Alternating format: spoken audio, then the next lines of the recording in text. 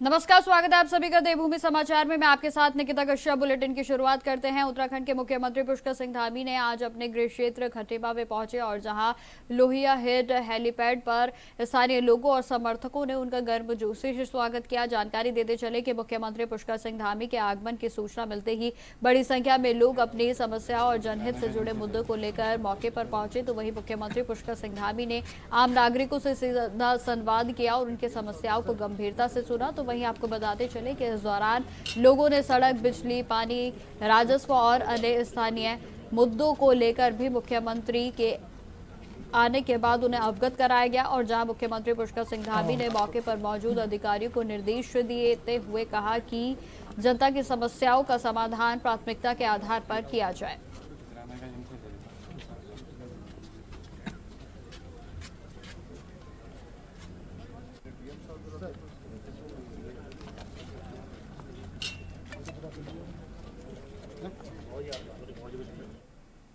भारी बारिश के बीच उत्तराखंड के मुख्यमंत्री पुष्कर सिंह धामी भीमताल पहुंचे और जहां स्थानीय लोगों और भाजपा के कार्यकर्ताओं ने उनका भव्य स्वागत किया। जानकारी देते चले कि मुख्यमंत्री पुष्कर सिंह धामी ने आगमन पर क्षेत्र में उत्साह का माहौल देखने को मिला। तो वहीं मुख्यमंत्री पुष्कर सिंह धामी ने नैनीताल में आयोजित विश्व पर्यावरण दिवस के कार्यक्रम में भी शिरकत की।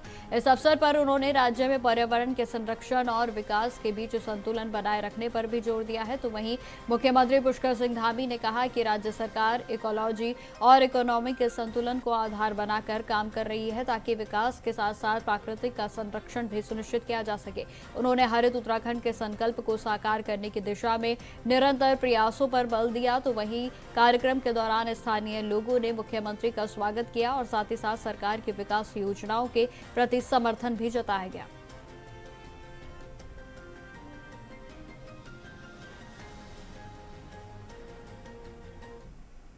अब खबर कोटद्वार से है, जहां एक निजी वेंडिंग पॉइंट में उत्तराखंड के पूर्व मुख्यमंत्री और भारतीय सेना के पूर्व प्रमुख मेजर जनरल भुवन चंद्र खंडूड़ी को श्रद्धांजलि अर्पित करने के लिए एक विशेष कार्यक्रम का आयोजन किया गया। इस मौके पर सेना के अधिकारी, भारतीय जनता पार्टी के कार्यकर्ता, जनप्रतिनिधि तो वहीं बड़ी संख्या में स्थानीय लोग उपस्थित रहे। सभी ने मेजर जनरल खंडूड़ी के व्यक्तित्व, अनुशासन और उनके योगदान को याद करते हुए उन्हें भावभीनी श्रद्धांजलि अर्पित की है। जानकारी देते चले कि कार्यक्रम में all India anti terrorist front के अध्यक्ष मजिंदर जीत सिंह बिस्टा भी जो है मौजूद रहे। तो वहीं उन्होंने खंडूड़ी के जीवन को राष्ट्र सेवा और जनसेवा के लिए प्रेरणादायक उदाहरण बताया है। मेजर जनरल भुवन चंद्र खंडूड़ी ने भारतीय सेना में सेवा देने के साथ साथ उत्तराखंड के मुख्यमंत्री के रूप में भी महत्वपूर्ण भूमिका निभाई है। आपको जानकारी देते चले कि उनके कार्यकाल के लिए किए गए उनके विकास कार्य और ईमानदार नेतृत्व को आज भी प्रदेश की जनता याद करती है और साथ ही साथ सम्मान भी करती है। और खंडूड़ी साहब जैसे एक बहादुर जर्नल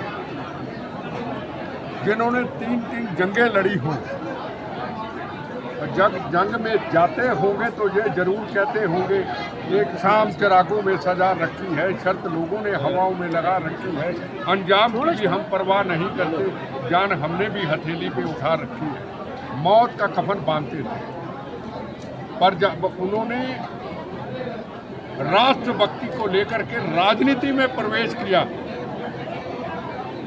जब अटल बिहारी वाजपेयी जी ने कहा खंडूड़ी जी बार जोड़ो, और ऐसा आज भारत जोड़ दिया।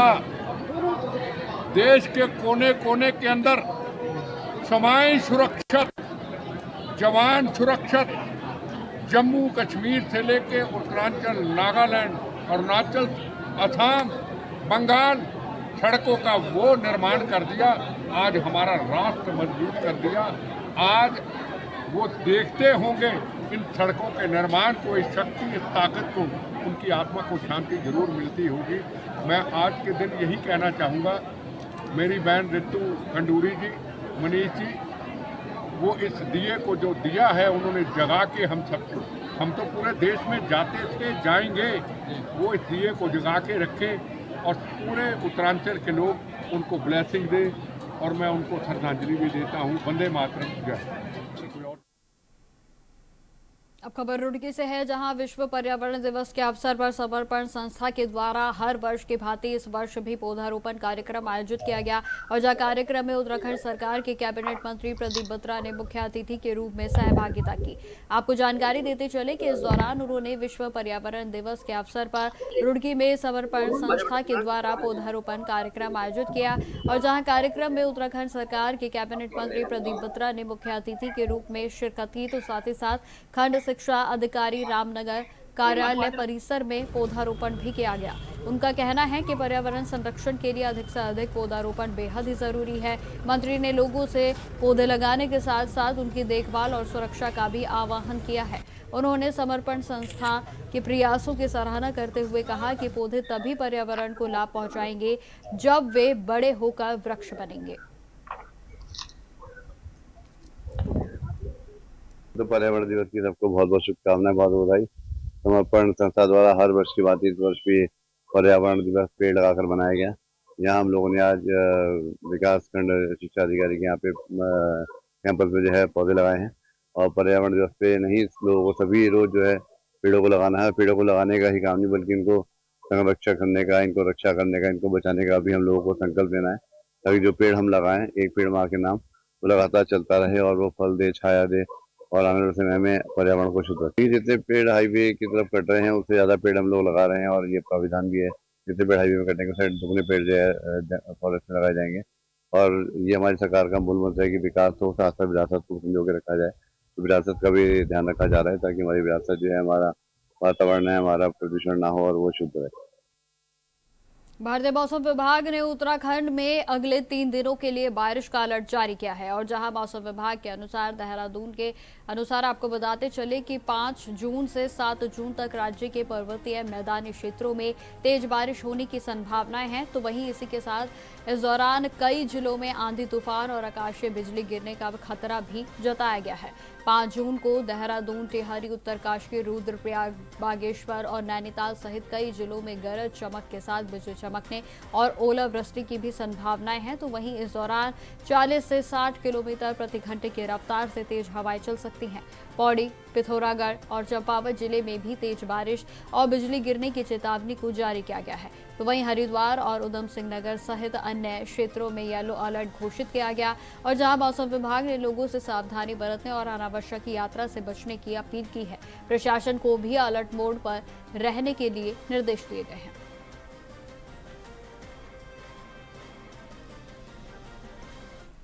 जून हो गई है तो पिछले 24 घंटों में उत्तराखंड में अनेक स्थानों पे हल्की से मध्यम वर्षा मिली है और इक्का दुक्का स्थान पे भारी वर्षा भी देखने को मिली है।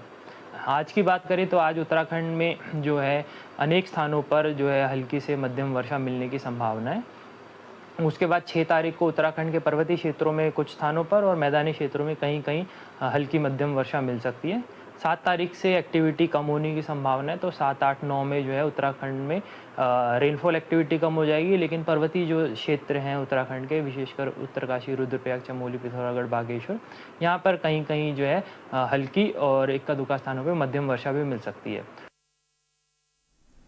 खबरों में आगे बढ़ते हैं। ऑपरेशन प्रहार के तहत देहरादून पुलिस को बड़ी सफलता हाथ लगी है, जहां थाना राजपुर क्षेत्र में 1 वर्ष पूर्व हुए अजय भटेजा हत्याकांड के मास्टरमाइंड और 50,000 रुपए के इनामी आरोपी अमित भटेजा को पुलिस ने जिला न्यायालय के बाहर से गिरफ्तार कर लिया। आपको जानकारी देते चले कि यह मामला 25 मई 2025 का बताया जा रहा है और जब जाखन में स्थित घर में अजय भटेजा की तकिए से मुंह दबाकर हत्या कर दी गई थी। जांच में खुलासा हुआ था कि इस पूरी साजिश के पीछे मृतक का सौतेला भाई अमित भटेजा शामिल था और जिसने की संपत्ति विवाद के चलते हत्या की योजना बनाई थी। और जहां पुलिस ने पहले ही शार्प शूटर राजन उर्फ जैकी और उसके साथी को गिरफ्तार कर लिया था। पूछताछ में पूरी साजिश का खुलासा हुआ और जहां फरार चल रहे मुख्य आरोपी अमित भटेजा को अब 50,000 रुपए का ये इनामी भी था और जहां अब इसे गिरफ्तार कर लिया गया है।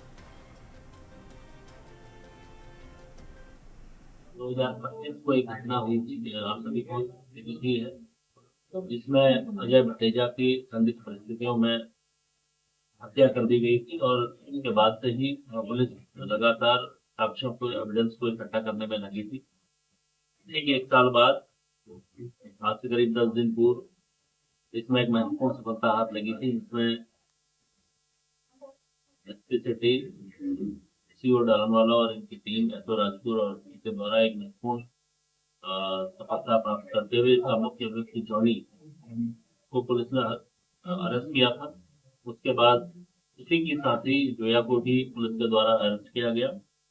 इस कड़ी में सबसे आखिरी और जो पूरे घटनाक्रम का मास्टरमाइंड था, जो अजय भटेजा का भाई है, सौतेला भाई था, जिसने पूरे घटनाक्रम को अंजाम दिया था। अमित भटेजा प्रॉपर्टी के लालच में उसके द्वारा अपने ही भाई की हत्या कराने के लिए जॉनी को कॉन्ट्रैक्ट दिया गया था और उसके बाद उनके द्वारा इसमें हत्या की गई थी। आज फाइनली जो मुख्य अभियुक्त है उसकी अरेस्टिंग पुलिस के द्वारा की गई है। इस प्रकार से तीनों ही अभियुक्त में पुलिस के द्वारा अरेस्ट कर लिए गए हैं और मैं एसपी सिटी और इनकी पूरी टीम को बधाई देता हूँ। 1 साल बाद एक बहुत महत्वपूर्ण घटनाक्रम में एक व्यक्ति जिसकी हत्या की गई थी और जिसकी पैरवी कोई नहीं कर रहा था, पुलिस के द्वारा बहुत अच्छे तरीके से इसका सभी को एविडेंस को इकट्ठा करते हुए इसमें इसकी अरेस्टिंग की गई है। मैं यह भी इंश्योर करूंगा कि इसमें तीनों ही अभियुक्तों के खिलाफ गैंगस्टर एक्ट की कार्रवाई पुलिस के द्वारा में की जाएगी, ताकि इस प्रकार के लोग जो संपत्ति के लालच में। अब खबर हरिद्वार से है, जहां करोड़ों रुपए के संदिग्ध लेन देन और जम्मू कश्मीर में दर्ज यूपीए के मामले में जांच लगातार नए खुलासे कर रही है। जहां रुड़की की शिक्षिका सोनम की गिरफ्तारी के बाद अब उसके करीबी सहेली पूजा को भी जम्मू कश्मीर पुलिस ने गिरफ्तार कर लिया है। आपको जानकारी देते चले कि जांच एजेंसियों के अनुसार पाकिस्तान से जुड़े संदिग्ध नेटवर्क और जम्मू कश्मीर के कुछ लोगों के माध्यम से किए गए वित्तीय लेन देन की जांच भी अब की जा रही है। और जहां हरिद्वार के एसएसपी नवनीत सिंह भुल्लर ने इस पर जानकारी दी है कि पूछताछ और डिजिटल साक्ष्यों के आधार पर यह तथ्य सामने आए हैं कि पूजा भी सोनम की तरह ही संदिग्ध खातों में धनराशि के लेन देन से जुड़ी थी। ये जो कठुआ पुलिस कठुआ जनपद है जे.एंड.के में, वहाँ की लखनपुर पुलिस है। वहाँ पे एक यूएपीए के अंतर्गत एक मुकदमा लिखा गया, जिसमें कि एक इन्वेस्टिगेशन के दौरान एक सोनम नाम की महिला का नाम आया था और उसके द्वारा कुछ अकाउंट्स में पैसे प्राप्त करके बताया गया अकाउंट्स में पैसे ट्रांसफ़र किए गए थे। उसी संबंध में ये विवेचना करते हुए इसमें एक पूजा नाम की लड़की है, उसका नाम आया है। ये ग्रेजुएट है, 25 साल उम्र है और ये उसकी मित्र है सोनम की, जिसको पूर्व में अरेस्ट किया गया है। और पूछताछ जो हुई है उसमें इसने ये बताया है कि सोनम जो ये काम कर रही थी ट्रांजैक्शन का, उसने पूजा से ये कहा कि मेरे अकाउंट से ट्रांजैक्शन लिमिट रीच हो गई है और मेरे अकाउंट से ट्रांजैक्शंस नहीं हो रहे हैं, और उसने कुछ रकम इसके अकाउंट में फिर ट्रांसफ़र्स हुए और इसको फिर जो अकाउंट्स आगे बताए गए थे इसके द्वारा उसमें पैसा ट्रांसफ़र किया गया। तो इसमें जब ये ट्रांजैक्शन हिस्ट्रीज देखी गई तो जब इन्वेस्टिगेशन में आया है उनकी, तो फिर इसको अरेस्ट करके ट्रांजिट रिमांड लेके फिर कठुआ जनपद में लखनपुर पुलिस अपना ट्रांजिट रिमांड में इनको ले गई। सर, क्या प्रारंभिक जानकारी में ऐसा पता चल रहा है कि जो पैसा ये आ रहा था इसका कोई यहाँ पर कैश यूज़ भी हो रहा था, इसका निकाल कर? नहीं, इसमें जैसे पूर्व में जब सोनम अरेस्ट हुई है तो उसने ये बताया था कि लगभग 20 लाख रुपए की धनराशि उसने ट्रांसफ़र करी और उसमें 2% कमीशन और 10% कमीशन 2 लाख रुपए उसको मिले। और इसके द्वारा जो ये बताया गया है, जो जानकारी में आया है कि 4 से 5 लाख रुपए पूजा ने भी ट्रांसफ़र किए हैं, जिसमें कि फिर इसको 10% कमीशन के हिसाब से पैसा मिला है। खबरों में आगे बढ़ते हैं। विश्व पर्यावरण दिवस के अवसर पर डॉक्टर अफरोज अहमद अल्मोड़ा पहुंचे और जहां जिला पर्यावरण प्लान तो वहीं नदी संरक्षण के साथ साथ सॉलिड वेस्ट मैनेजमेंट कार्यों की भी समीक्षा की गई। आपको जानकारी देते चले कि विकास भवन के सभागार में आयोजित बैठक में उन्होंने कहा कि पर्यावरण हम सभी की साझा विरासत है और इसके संरक्षण की जिम्मेदारी हर नागरिक की है। उन्होंने कहा कि पर्यावरण और अर्थव्यवस्था एक दूसरे के पूरक हैं और साथ ही साथ इकोलॉजी को भी प्राथमिकता देने पर जरूरी उन्होंने बताया है।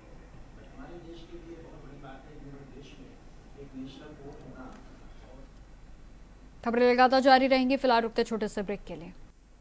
तो ब्रेक के बाद एक बार फिर से स्वागत है आप सभी का। बढ़ते हैं खबरों की ओर। खबर खटीमा से है, जहां वन विभाग के द्वारा फाइबर प्राइवेट लिमिटेड के द्वारा 3.44 हेक्टेयर के वन भूमि पर किए गए अतिक्रमण को हटाने की कार्रवाई को शुरू कर दिया गया है।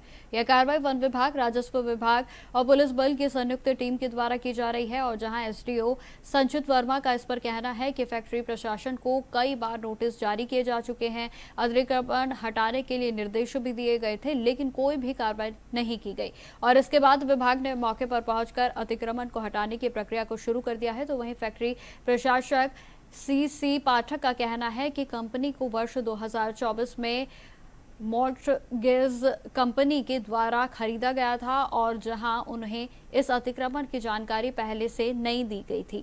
और जहां आपको जानकारी देते चले कि जानकारी ना होने के चलते उन्होंने प्रशासनिक कार्रवाई में पूरा सहयोग करने की बात अब कही है। तो वहीं उनका कहना है कि कंपनी अतिक्रमित भूमि के बदले में समान भूमि वन विभाग को उपलब्ध कराने के लिए तैयार है।